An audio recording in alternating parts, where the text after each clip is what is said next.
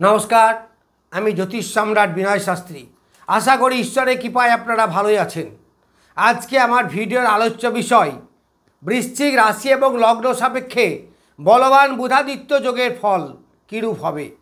এই গোটা সেপ্টেম্বর মাস এমনকি অক্টোবরের বেশ কিছুদিন ধরে এই বুধাদিত্য যোগ চলবে।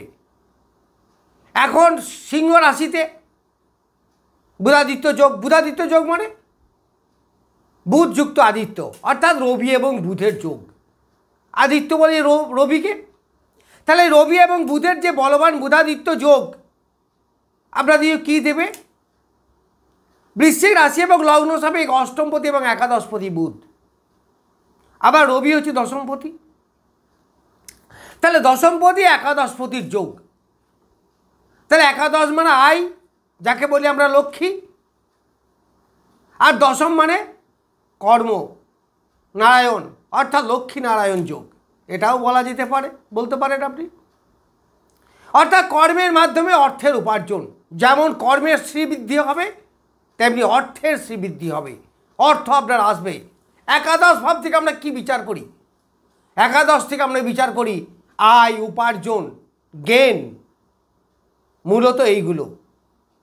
রেজাল্ট, ফলাফল।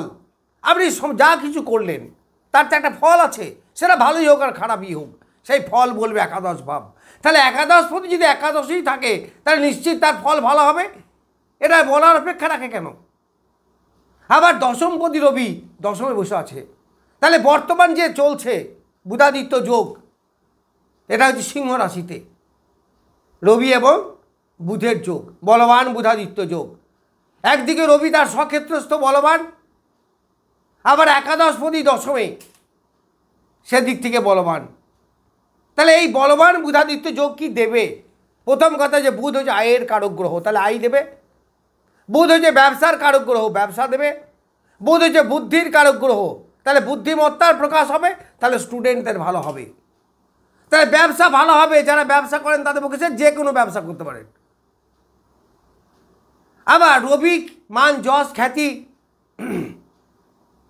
স্মৃতিশক্তি, কর্মের উদ্যম, এনার্জি, আমাদের হার্টের শক্তি, আত্মতৃপ্তি, আত্মসন্তুষ্টি, পিতার সহায়তা, বসের সহায়তা, ঊর্ধ্বতন কর্তৃপক্ষের সহায়তা, যারা সরকারি চাকরি করেন তাদের এই সরকারি সহায়তা, যারা অ্যাডমিনিস্ট্রেটিভ ডিপার্টমেন্টে চাকরি করেন, যারা ডিফেন্স চাকরি করেন, এই শাসন বিভাগ মানেই হচ্ছে রবি।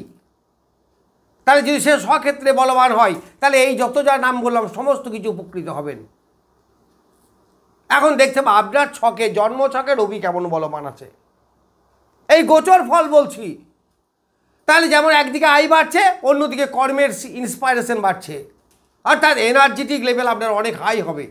তাহলে এনার্জি যদি বাড়ে তাহলে আপনি কর্ম ভালো করতে পারবেন, উপার্জন আমরা বৃদ্ধি হবে। যদি আপনি ব্যবসা করেন, চাকরি যদি করেন তাহলে কর্মের ডেভেলপমেন্ট হবে, অর্থাৎ আপনার প্রমোশন হতে পারে, প্রমোশন হলে আয় বৃদ্ধি হতে পারে, এইগুলো আপনারা পাবেন। আবার এই বুধ অষ্টমপতিও বটে, তাহলে অষ্টম থেকে কিছু ফল দেবে না? নিশ্চয়ই তার ফল দেবে, কারণ অষ্টমের তৃতীয় স্থান হচ্ছে এই দশম স্থান। তাহলে অষ্টমের প্রতিষ্ঠা হবে। যাদের প্রাইভেট পার্টে রোগ আছে তাদের রোগ ভালো হবে। যারা অকাল সায়েন্সের ব্যবসা করেন তাদের খুব ভালো হবে, মানে লয়ার, জ্যোতিষী, সুদের ব্যবসা। আবার বুধ হচ্ছে বাক্যের কারক গ্রহ, তাহলে যারা বাক্য বিচে ব্যবসা করেন, আর কাউন্সিলার, মেডিকেল রিপ্রেজেন্টেটিভ, এজেন্সি লাইনের কোনো কাজ, এই যে আমরা লোককে বুঝিয়ে বোঝাই, অর্থাৎ মুখের দ্বারাই তো সব কিছু। যারা প্রাইভেট টিউশন করেন এদের প্রত্যেকের উন্নতি হবে। এছাড়া আর কি পাওয়া যাবে? এই দশম স্থান হচ্ছে লগ্নের শ্রীবৃদ্ধি ঘটে, লগ্নের বিস্তার, ডেভেলপমেন্ট। একটা গাছ লাগালে সেই গাছের চারা দেখেই বোঝা যায় যে এই গাছটা কতটা ডেভেলপমেন্ট করতে পারে।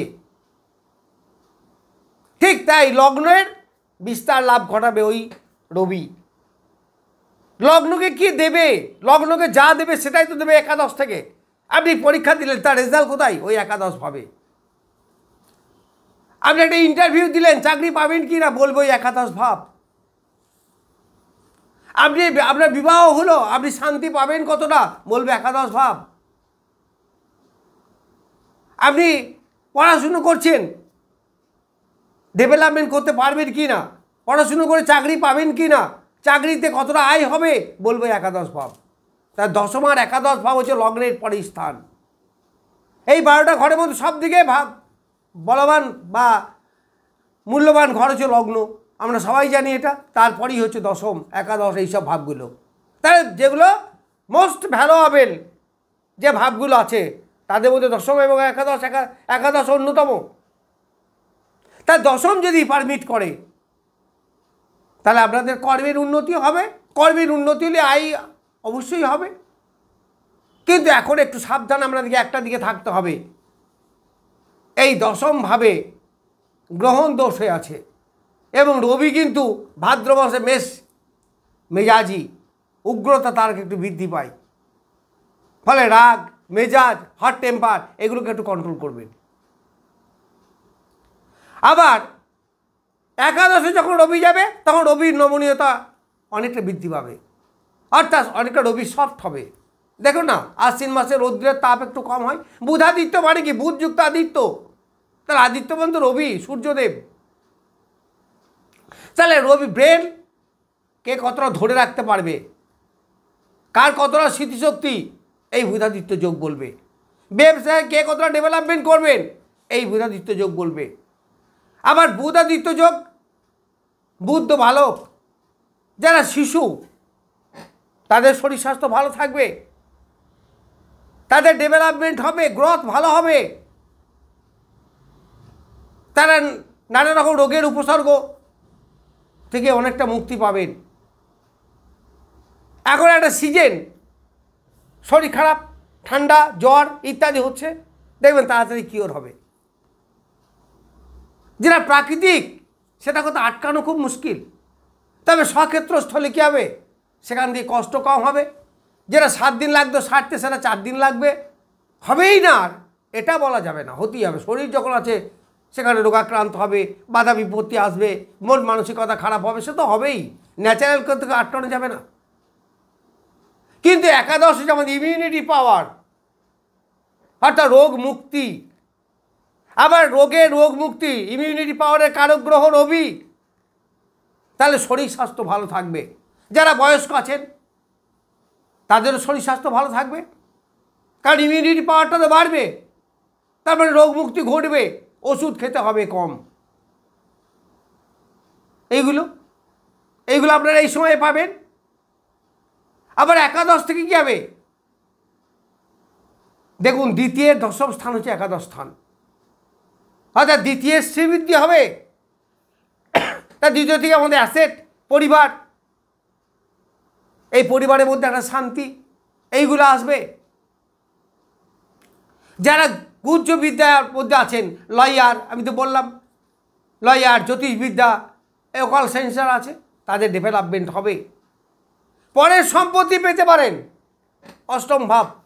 তাহলে অষ্টম ভাব যদি একাদশে যায়, তাহলে উত্তরাধিকারী সূত্রে আপনি সম্পত্তি লাভ করতে পারেন। কেউ শ্বশুর বাড়ির সম্পত্তি, কেউ মামার বাড়ির সম্পত্তি, আমরা তো এরকম পেয়েই থাকি।